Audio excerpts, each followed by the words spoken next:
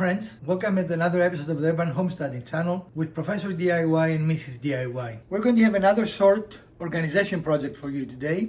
A few weeks ago we built this organizational shelving unit, right? That can hang on any door, and we have found it extremely useful. However, the rest of our organization is severely lacking, right? Yeah, we have a little problem here. So today we're going to do a very simple project, and the idea is to show you how a very simple project can buy you a lot of space. And one of the problem is, if you want to come here, Mrs. DIY, I have several laptops. It is hard to use them because you need to lift things, or if I want to use something underneath them, you know, it's just... Yeah, this is just a small sample of the laptops we have. Or a small sample of the issues that we're having with our organization. Right. So today we're going to build a very simple, straightforward solution to this that anyone can do with very minimal tools. So stick around. The storm has passed today. We thought it's going to mess up our plans as well, but the storm has passed. So we can work on a small project. We altered what we were planning to do because of the storm.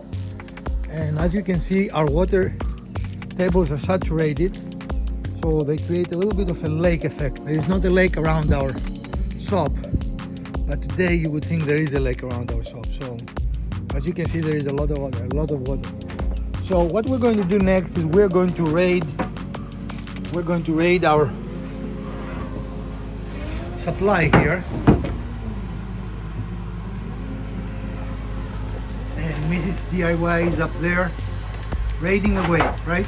Yep. And hopefully we have enough scraps to not need to go to the store.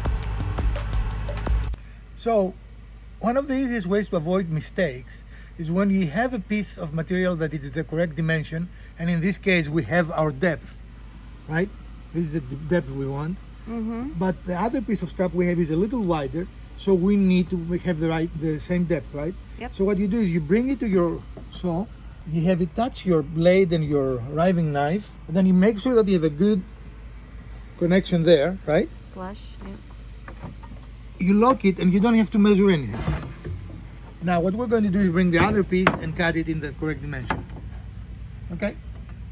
So as you can see, we have a very small amount to cut, right? This is marginally the wrong size, and the table saw is the best tool for that specific cut. If possible, working outside with a table saw or a sander, anything that generates a lot of fine dust, is the best solution for your health and prevents you from having to use expensive equipment like dust extraction equipment or even masks or anything else that you might find constricting. We are working outside and we have the blade just raised above our material, which provides, in our opinion, the safest cut that you can have on the table saw. So take your time, and as you can see, this is an absolutely perfect cut on our table saw. A jigsaw can also be used for this cut.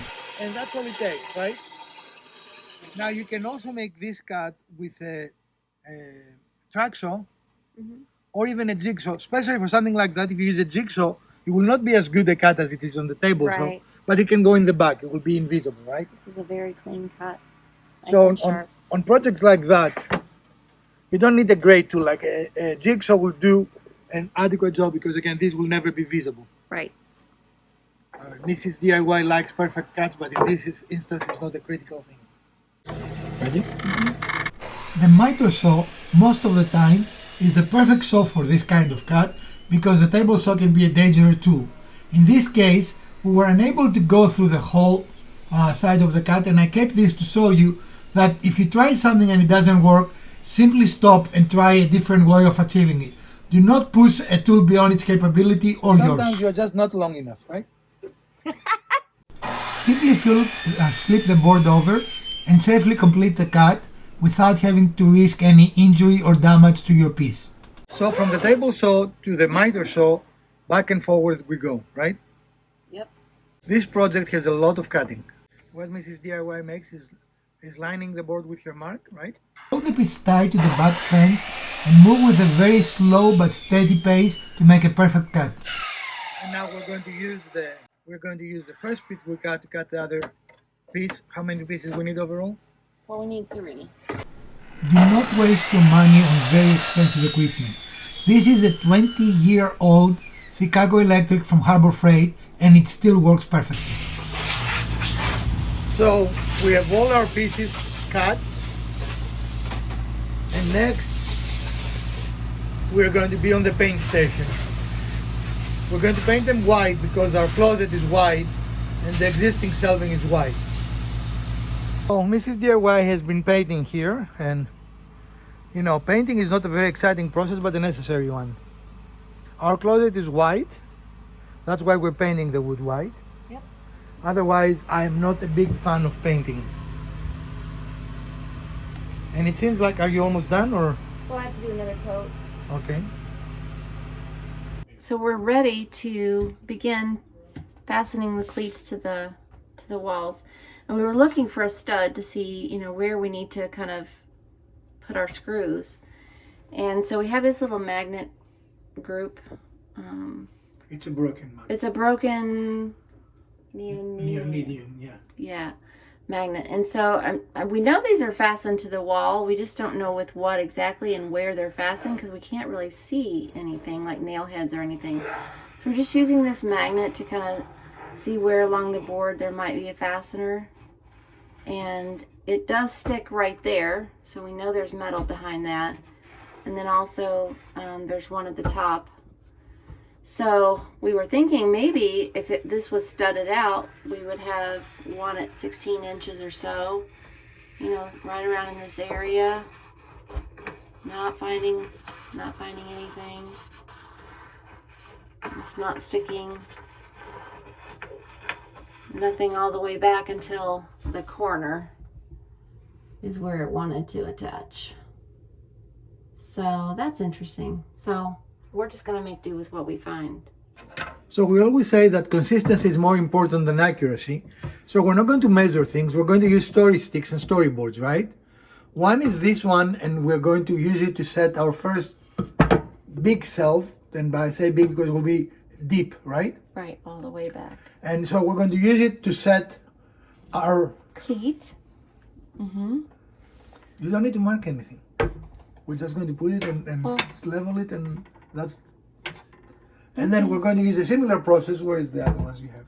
Yeah, so they're up here. We're going to use these this way as our measuring storyboard, so that we're going to put the shelf on top of here. So it's going to be a very shallow shelf. So a tip for you guys, it will be fairly difficult to hold the screws and hold the piece of wood on the wall. So an easy tip is to actually start the screws, install them on the wood already before you're going up. And then you only have to hold the piece of wood and you're ready to attach them to your wall. Drilling pilot holes, ensure that your screws will go in fairly easy, and also you are not going to split the wood. When you have wood that it is not very wide, like what you're looking at here, it is much easier to split the wood even if you're using screws that they are not requiring drilling. Like these screws do not require drilling, do not require pilot holes, but in our case we found out the hard way that it is always a better idea to have pilot holes than not to have pilot holes. And as you can see, we have our storyboards there. They're holding it in place, and all we have to do now is attach it with the two screws and we'll be ready to put the shelving on. All right, an easy way to make sure that you have the right distance, you want to make sure that you include the thickness of your shelf in between as you're judging the distance between one cleat and another cleat, is to use the existing shelf and keep moving it up each time you add cleats to the side. Okay, so now we have installed all of our cleats at the appropriate distance from each other. So we can start to put the shelves in. And one of the things we noticed is that we didn't quite, do the right thing by this particular cleat. It has, a crack in it because we didn't pre-drill these. And so we can use some DAP, caulking to fill that in. It's white and it will make it look like it wasn't even there.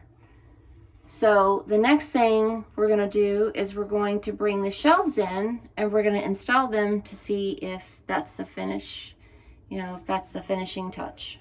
So the build aspect of the project is done, as you can see here. And in our case, this is very specifically made for our needs, right? Like the top shelves here are for computers.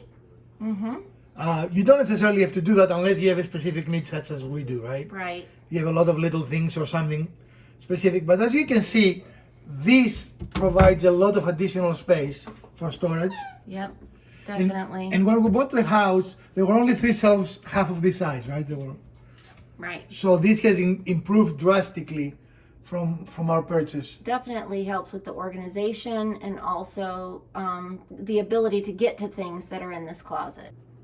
So one of the things we learned was that the closet is not square, is not plumb, is not straight. You know, we took a lot of care to have nice, clean cuts, and it made no real difference, right? It's not anything that a box should be.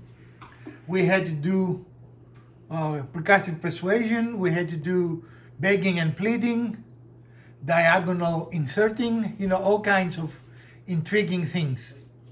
So, Mrs. DIY, what did we learn on this build? Walls aren't straight.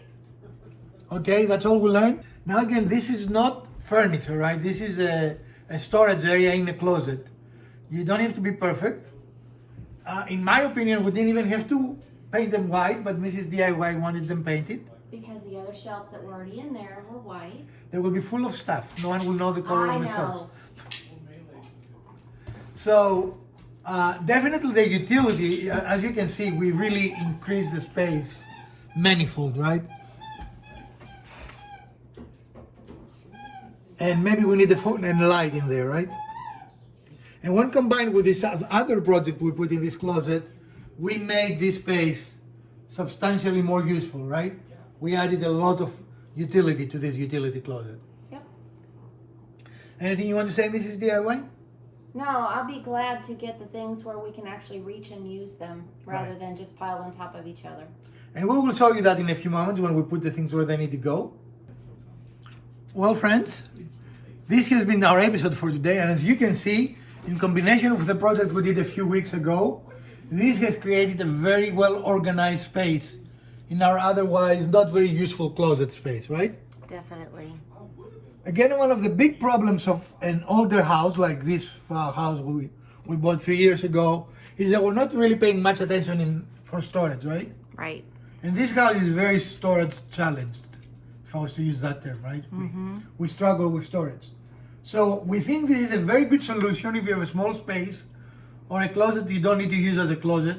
I don't think this could ever be used as a closed closet, could it? No, not at all. It's meant to be a utility closet of some sort. Right.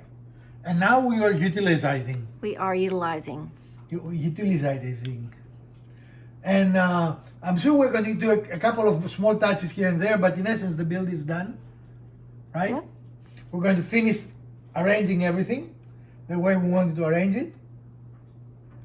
And if you enjoyed this episode, please give us a thumbs up. If you didn't, hit the other button twice. Share, like, subscribe. Let us know what else you might want to watch in future episodes of the Urban Homesteading channel. From Professor DIY and Mrs. DIY, let's build something together.